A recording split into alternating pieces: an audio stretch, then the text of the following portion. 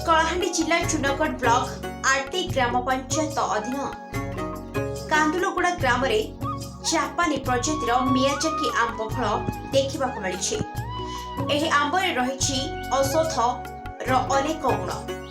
साधारण आंबर रंग ठारू एहार रंग अलग होइथिबा बेले एथिरे विभिन्न प्रकार विटामिन बीटा कैरोटीन शर्करा फॉलिक एसिड भली अनेक गुण रही।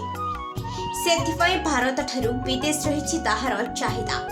एहार दाम मध्य केजी पिछा 2 लाख टंका रहितबा जणा पड़िछि। एही आंबर गुणवत्ता और चाहिदा गणमाध्यम प्रकाशित हेबा परे एहा लोकलोचनकु आसीछि। एही परिप्रेक्षी रे कलाहांडी जिले में मध्य एही भली आंब थिबा देखिबाकु मिलिछि। जिल्लार चुनागढ़ ब्लॉक आटे गाँ पंचायत कांदुलगुड़ा ग्रामर रक्षकर भईंक बाड़ी रे एहीपरि आंब गछ रहिथिबा और वर्तमान मध्य एपरि आंब फलिथिबा देखिबाकु मिलिछि।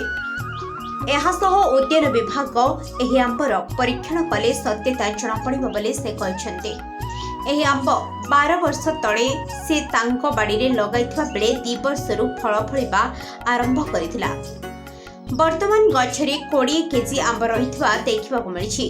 एही आंब गछर चाराकु हैदराबादरु आनिथिबा से प्रकाश करछन्ते।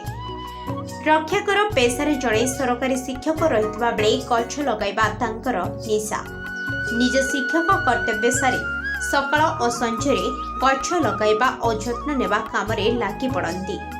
औषधीय गछ पनिपरिबा फलमूल विभिन्न प्रकारर फूल गछ रही और 200 रु ऊर्ध्व गछ लगाइथिबा से कहछन्ते। सेथिमध्यरु गोटे मियाजाकी आंब जापानी प्रजातिर आंब गछ बाहारिथिबा से प्रकाश करछन्ते। Kalahandi Subram नायकଙ୍କ report ATV Odisha.